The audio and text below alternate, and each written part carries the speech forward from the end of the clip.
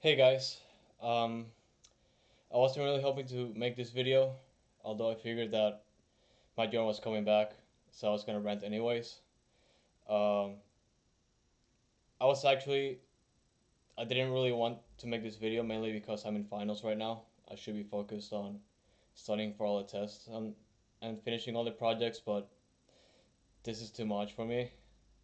I thought I could have dealt with it. Like I thought they're gonna give me a better excuse as to why Matt Jordan's staying for another year, although we all know what has been happening for like the past 7 years, ever since he joined.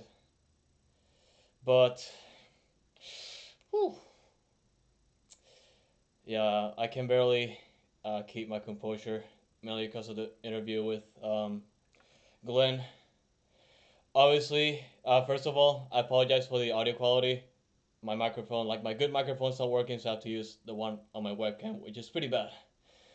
And the interview that Glenn Davis posted with John Walker, he kind of gives us the reasons why Matt Jordan is coming back, and I didn't.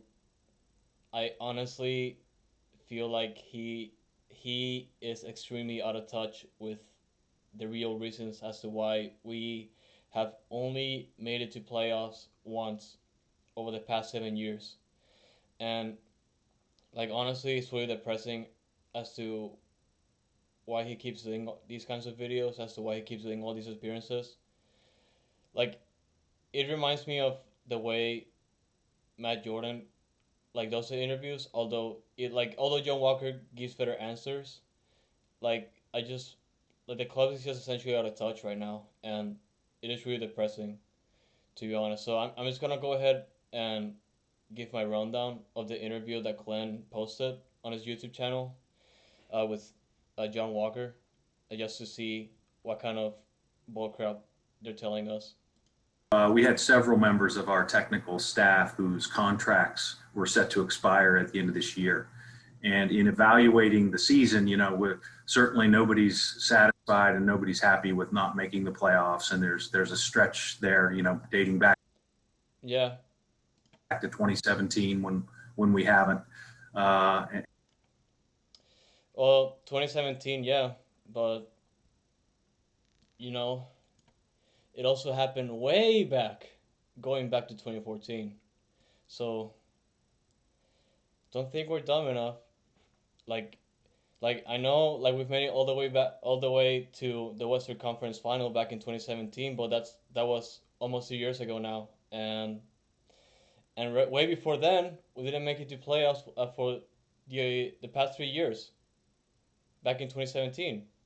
So why did we bring that up? I mean, you could have just say that, but you know it's gonna look bad on you, so that's why you didn't mention it.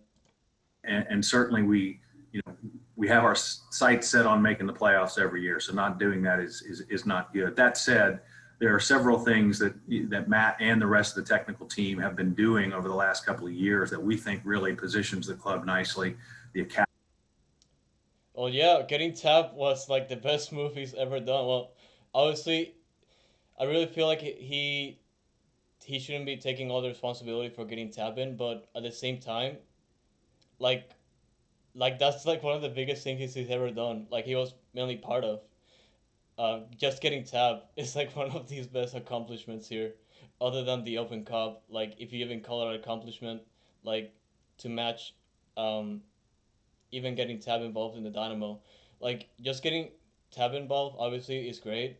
Like just improving the academy itself is also great, but that's not mainly Matt Jordan's responsibility. That's mainly on Paul Holliker and Tab for getting the youth more involved. But on like just putting Matt Jordan's name right next to a Tab's and Holliker's, like I feel it's really bad, honestly. For instance, the Centers for Excellence, the regional play into Louisiana, and what we're doing at RGV, and all of those things we think position.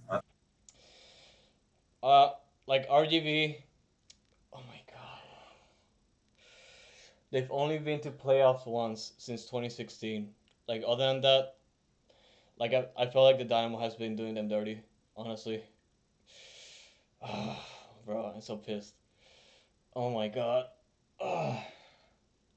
Like 2016 was the best year for RGV, and right after that, the Dynamo just gutted them out, taking all the talent out of them, and right now they're just hanging out in the cellar of the USL Championship.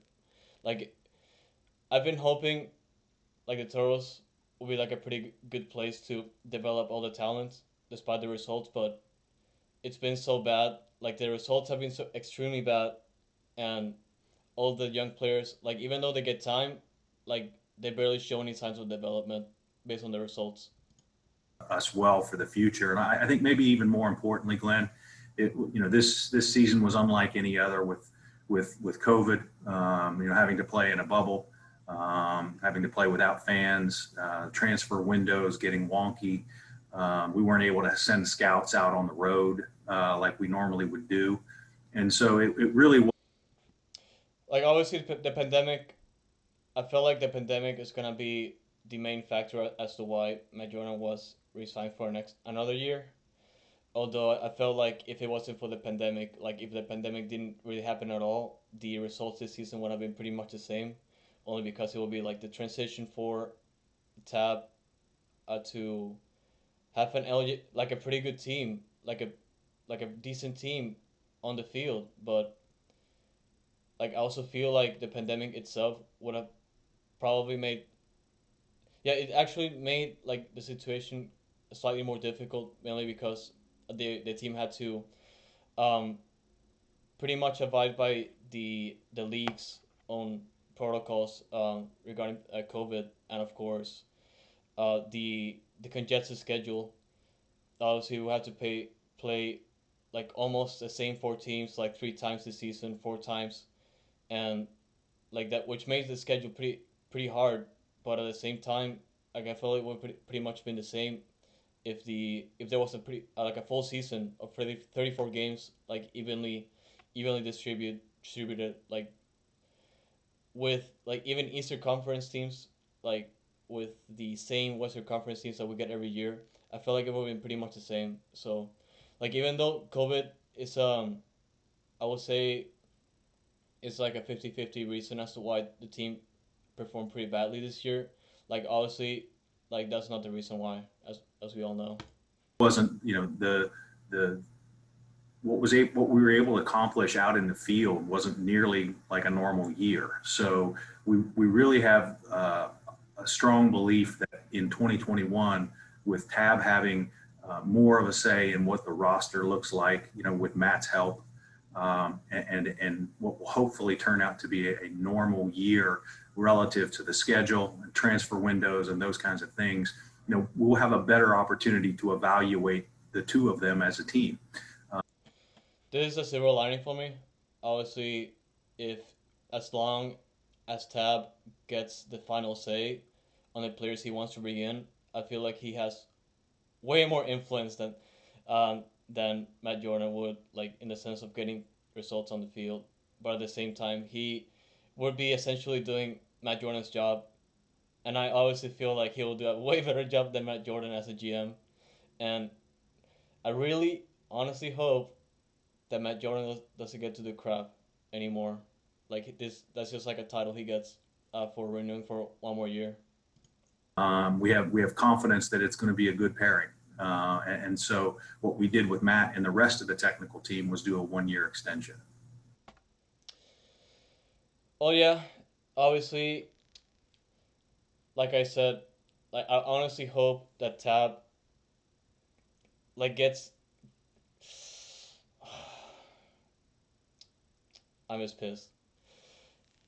I honestly hope Tab gets all the final say on the players he gets, and um like he even influenced all the players, like lately all the young players that came in.